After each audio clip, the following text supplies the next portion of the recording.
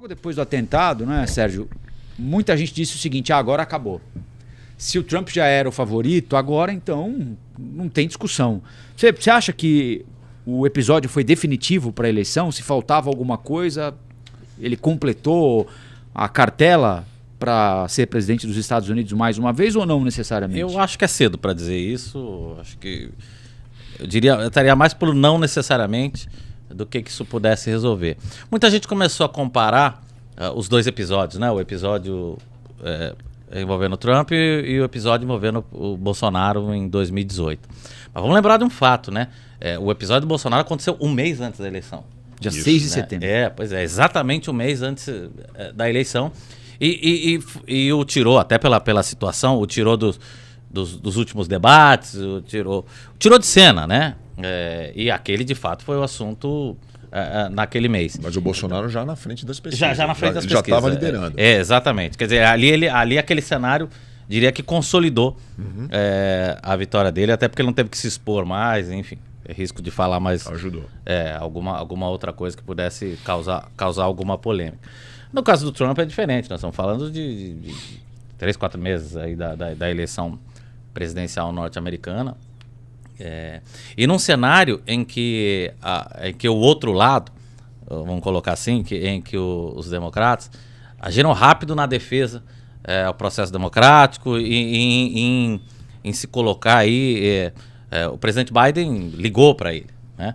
Então, isso minimizou um pouco a possibilidade de que isso pudesse inflar, de que pudesse ser uma coisa maior e transformar isso num episódio mais político. Embora boa parte da direita, tanto do Brasil quanto dos Estados Unidos, usaram algumas expressões de esquerda assassina. O Bolsonaro disse recentemente que só os conservadores que sofrem atentados. Não sei que métrica ele usou para que ele tivesse essa análise. Então, acho que ainda tem muita água para rolar embaixo dessa ponte da eleição americana. E também é fato que o presidente Biden também não ajuda, né? Os episódios em que ele enfim, coloca um pouco das suas questões, em que ele participa, as coletivas de imprensa. Ele também tem, enfim, não tem lidado bem aí as situações, até o próprio debate em que ele foi muito mal. Então, mas acho que está muito longe de decidir a eleição. Acho que acho que o Trump vai fazer de tudo para que esse episódio possa durar o máximo possível na imprensa, para que ele possa continuar reverberando. Acho que esse é o objetivo dele agora, fazer com que esse episódio reverbere o máximo que ele puder. Mas vai ter que se discutir muita outra coisa, economia, enfim, questão cenário internacional, muitas outras questões na eleição americana. Então, eu imagino que dure mais algumas semanas, mas não o suficiente para decidir a eleição.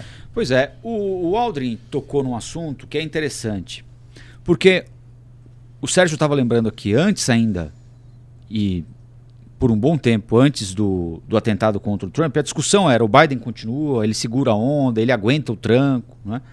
E a campanha até agora teve alguns episódios, né? Um deles, as denúncias contra o Trump, a condenação. Isso de alguma maneira poderia influenciar do ponto de vista jurídico na campanha dele. A Suprema Corte decidiu que não.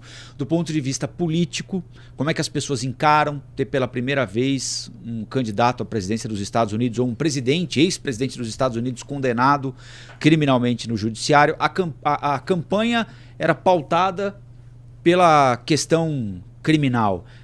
Dinheiro para atriz pornô, enfim, né? É aquela discussão. Aquilo passa para uma outra etapa, aquela discussão passa para uma segunda página depois do debate da CNN Internacional por causa do desempenho do presidente Biden, né? Se esquecendo de palavras, não consegue completar frases, depois ele troca o nome do Zelensky pelo Putin, troca o nome da vice Kamala Harris pelo nome do Trump, e aí começa o zum. Vão trocar, tem que trocar, os doadores de campanha não vão mais dar dinheiro para os democratas até que troquem o candidato. Esse era o assunto até o sábado. E aí no sábado acontece o atentado contra o Trump, que tem esse desfecho: o atirador morto, né? Ao que tudo indica, agiu sozinho. Um cara de 20 anos, um assassino de 20 anos, ligado aos republicanos, ainda não descobriram por que ele fez isso. A motivação, qual a razão dele atentar contra a vida do Trump, já que em tese ele era um simpatizante do Partido Republicano, isso vai ser descoberto, claro, né? Mas a imagem que nós mostramos aí dele de pé, Aldrin, sangrando, com o punho cerrado, gritando lutem, lutem, lutem, 1 minuto depois de uma bala passar pelo ouvido, como se fosse o maior mosquito do mundo, segundo ele mesmo disse, e só ter passado pelo ouvido porque ele levemente desviou a cabeça para a direita, essa imagem aí, ela é um absoluto contraste na comparação com o adversário. Então você tem um adversário fragilizado, que é um vovozinho frágil, que troca nomes, que se esquece das frases, a voz murcha, ninguém sabe se ele aguenta o tranco, até quando aguenta, porque troca, porque não troca, só não troca em respeito, porque ele é o presidente. E um outro que já demonstrava mais vigor, agora então, o cara 30 segundos depois de tomar um tiro na cabeça, na orelha, escapa, o tiro passa na orelha, ele levanta ensanguentado com o punho cerrado, gritando lutem, lutem, lutem. Você quer imagem de mais força, potência do que essa?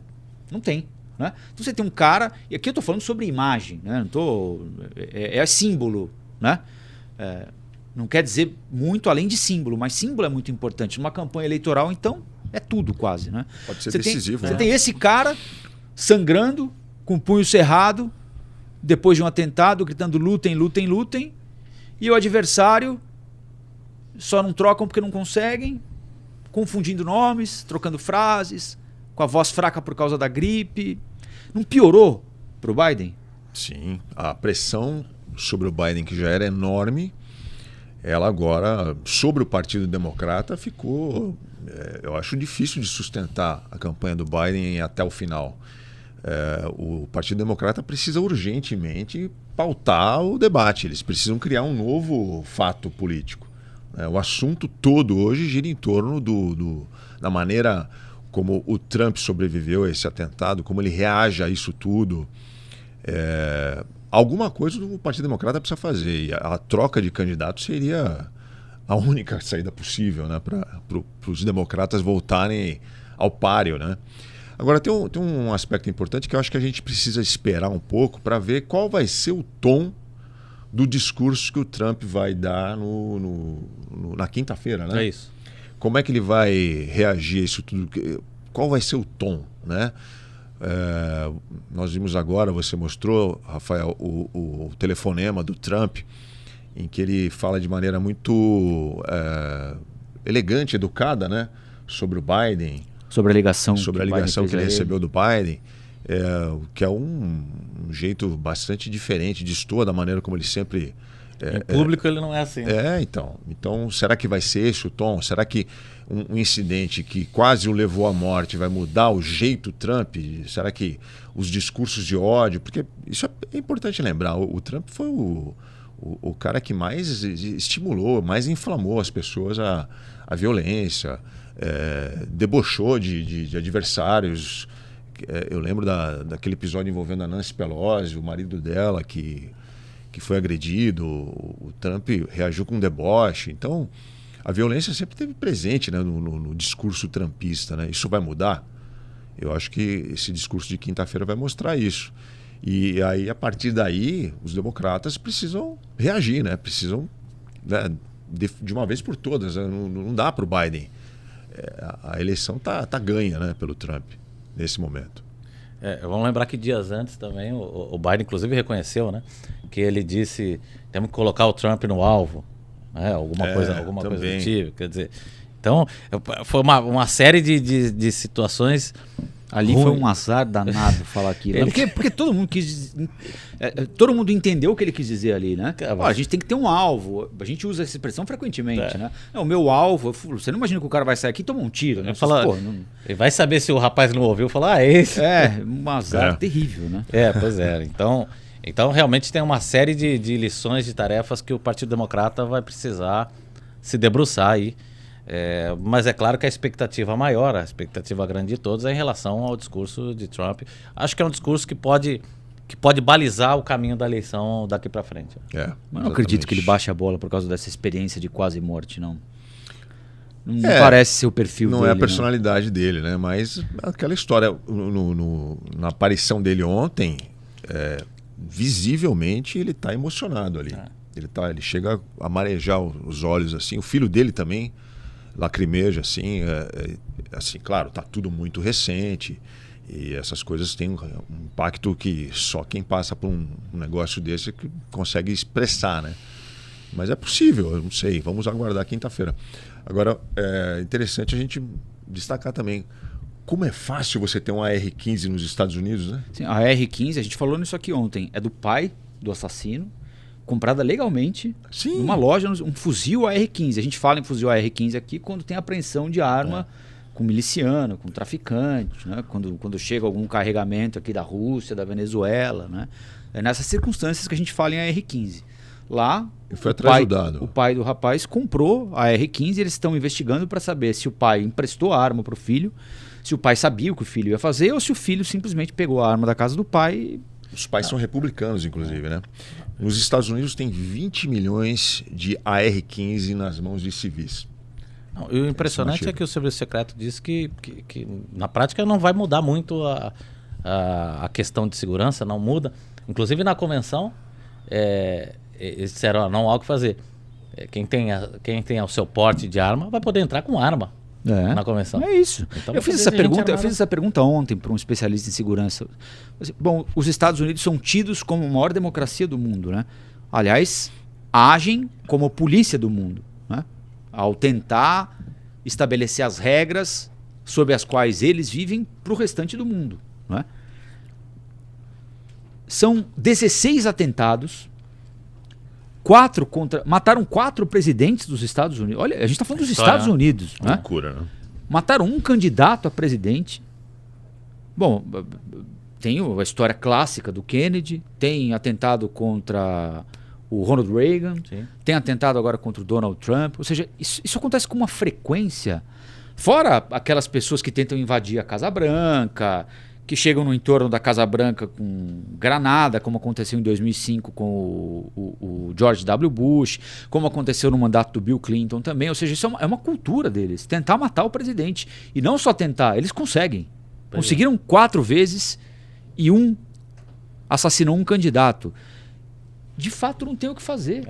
A não ser que eles percebam antes, como perceberam a presença desse atirador, que atentou contra a vida do Trump, mas hoje, segundo publicado aqui pelos nossos veículos de comunicação, o agente encarregado de atirar contra o atirador escorregou e caiu na hora da posição onde ele estava.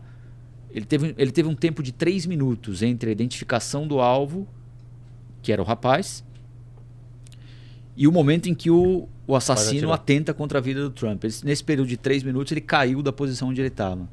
E aí, essa é a versão que prevalece até agora. Né? Agora, que virada de cabeça, hein? Impressionante. Não, a gente estava comentando aqui antes que é o seguinte, para quem acredita, é Deus, né? É Deus. Porque assim... Saúde, Raul. Não tem... Inconveniente, né? Desagradável, né? Ninguém tinha ouvido, você que foi inconveniente. Eu fui maldoso, né? Não, mas é um negócio... ele faz, se tiver a imagem de novo aí, Thiago, ele vira a cabeça. E não é assim aquela virada de cabeça que ele vira e fica olhando. Ele vira e volta. É o tempo dele olhar, a bala passar e ele volta. Imagina a bala vindo. Pum, cara, é impressionante. É um negócio, assim... Pra quem acredita, de fato, olha lá, ele vai virar a cabeça agora, olha lá. Ele vira e volta. É o tempo e já sente a beliscada na orelha. É impressionante. Agora, eu vi um comentarista dizendo, também num programa de televisão, questionando isso, que não poderia ser uma bala de um fuzil. Se fosse, teria destruído a orelha dele. E que poderia ser ali estilhaço, né? Porque na verdade tirou um pedacinho só, né? Ou passou, ou foi aquela coisa que não tem muita explicação. Agora sim, a bala chegou ao homem que morreu lá atrás. Né? Então chegou uma bala lá atrás. eu não sei, aí tem de ver tecnicamente se é possível, se a bala pode... Se algum estilhaço... Na trajetória, se ela pode soltar algum estilhaço, alguma coisa, eu não sei, mas que chegou uma bala lá, chegou, né? Matou o cara lá atrás. As teorias, né? As teorias, né? Um monte de gente falando, né? Ele se cortou de propósito quando ele estava no chão, passou um caco de vidro ali. Tipo o goleiro do Chile. O Rojas, lembra? O Rojas. Muita gente falando isso. Agora, acho que a gente precisa também falar, e isso precisa ser dito, da irresponsabilidade de alguns agentes públicos. O que o deputado Janones fez, o que ele publicou, é um absurdo, né? Dizendo que agora pelo menos colocaram sangue.